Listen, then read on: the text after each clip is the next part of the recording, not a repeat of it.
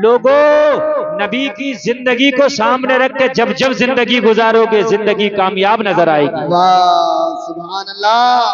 کامیاب زندگی ہی نبی کی زندگی کے سامنے، نبی کی زندگی کو سامنے رکھ کے زندگی گزارنے کا نام ہے. آج مسلمان جو پریشان ہے، میں آج ڈنکے کی چوٹ پہ کہہ رہا ہوں، سن لیں آپ، چاہے کوئی میاں ہو، کوئی مولوی ہو، کوئی مفتی ہو، پوری دنیا میں کوئی میاں کوئی مولوی ایسا تعویذ نہیں دے سکتا کہ تم نبی کی سیرت و سنت کو چھوڑ کے زندگی گزارو اور میں تمہیں تعویذ دوں، وہ تعویذ تمہیں صحیح کر دوں. سب سے بڑا تعویذ نبی کی سیرت. سنیو، تمہارے لیے سب سے بڑا تعویذ مصطفیٰ کی سنت ہے. مصطفیٰ کی سنت کا تعویذ پہن لو، مصطفیٰ کی سیرت کا تعویذ پہن لو، انشاءاللہ یہ دنیا کی باتیں، دنیا کی پریشانیاں، دنیا کی خرافاتیں تمہارے پاس نہیں آئیں گی. زندگی کا پہیہ کامیابیوں پہ چلنے لگے گا. بہت خوب مفتی صاحب، زندہ باد. مدینہ شریف میں ایک ڈاکٹر آیا، حکیم. اس دور میں ڈاکٹر حکیم کہہ لو ایک ہی بات ہے، لیکن حکیم آیا. تو وہ حکیم آ کے اس نے دکان رکھی، کافی دن سے دکان رکھی لیکن کوئی مریض نہیں آیا. بڑا پریشان، یار میں یونان سے آیا ہوں. یونان کا جو ڈاکٹری اور جو طب ہے وہ پہلے سے مشہور ہے. آج بھی یونانی دوائیں چلتی ہیں، بہت سی یونانی دوائیں آپ دیکھتے ہیں، ہے کہ نہیں؟ یونانی میڈیسن بہت زیادہ ہیں. یونان پہلے سے ترقی یافتہ رہا دواؤں کے معاملے میں، ڈاکٹری کے معاملے میں. یونان کا حکیم آیا، کوئی دوا لینے نہیں آیا. ایک دن اس نے کسی نبی کے غلام کا دامن پکڑا اور پکڑ کے کہنے لگا، او مسلمان نبی کے غلام، یہ تو بتا کیا مدینہ میں کوئی بیمار نہیں ہوتا؟ میں نے کافی دن سے اپنی دکان رکھی ہے، کوئی مریض نہیں آیا ہے. لوگوں، مصطفیٰ کا غلام کلمہ پڑھنے والا مسلمان بولا، او یونان سے آنے والے حکیم، مدینہ میں بیمار تو ہوتے ہیں. کہا بیمار ہوتے ہیں تو دوا کہاں سے لیتے ہیں؟ تو کہا سن، اگر مدینہ میں کوئی بیمار ہو جاتا ہے تو اس کی دوا یونان کا ڈاکٹر نہیں کرتا بلکہ قرآن کرتا ہے. قرآن کے نسخے سے اس کا علاج ہو جاتا ہے. بابا نعرہ تکبیر، نعرہ رسالت، مسلک اعلی حضرت عظمت قرآن کریم مفتی گلفام نظر پوری، نعرہ حیدری. کہا ہمارے بیماریوں کا علاج یونان سے نہیں قرآن سے ہوتا ہے. ہم تو جب بیمار ہو جاتے ہیں تو پھر قرآن میں اپنا علاج تلاش کرتے ہیں. جب ہمیں پریشانیاں آتی ہیں تو قرآن میں پریشانیوں کا حل تلاش کرتے ہیں. قرآن تو وہ ہے جس میں ہر سمسیا کا سمادھان ہے. قرآن تو وہ ہے جس میں ہر پریشانی کا حل ہے. قرآن تو وہ ہے جو ہر بیماری کا توڑ ہے. ارے سنو جلسے میں آنے والوں، قرآن کو ابھی تم نے سمجھا ہی نہیں. بس قرآن کو تم نے مسجدوں میں سجایا ہے، اپنے گھر کی طاقوں میں سجایا ہے. قرآن وہ ہے جہاں دنیا کی ڈاکٹری دم توڑ جاتی ہے، وہاں سے قرآن کا فیضان شروع ہوتا ہے. واہ واہ واہ، زندہ باد. کیا بات ہے مفتی صاحب، بہت اچھا ہوئی. واہ واہ، زندہ باد زندہ باد.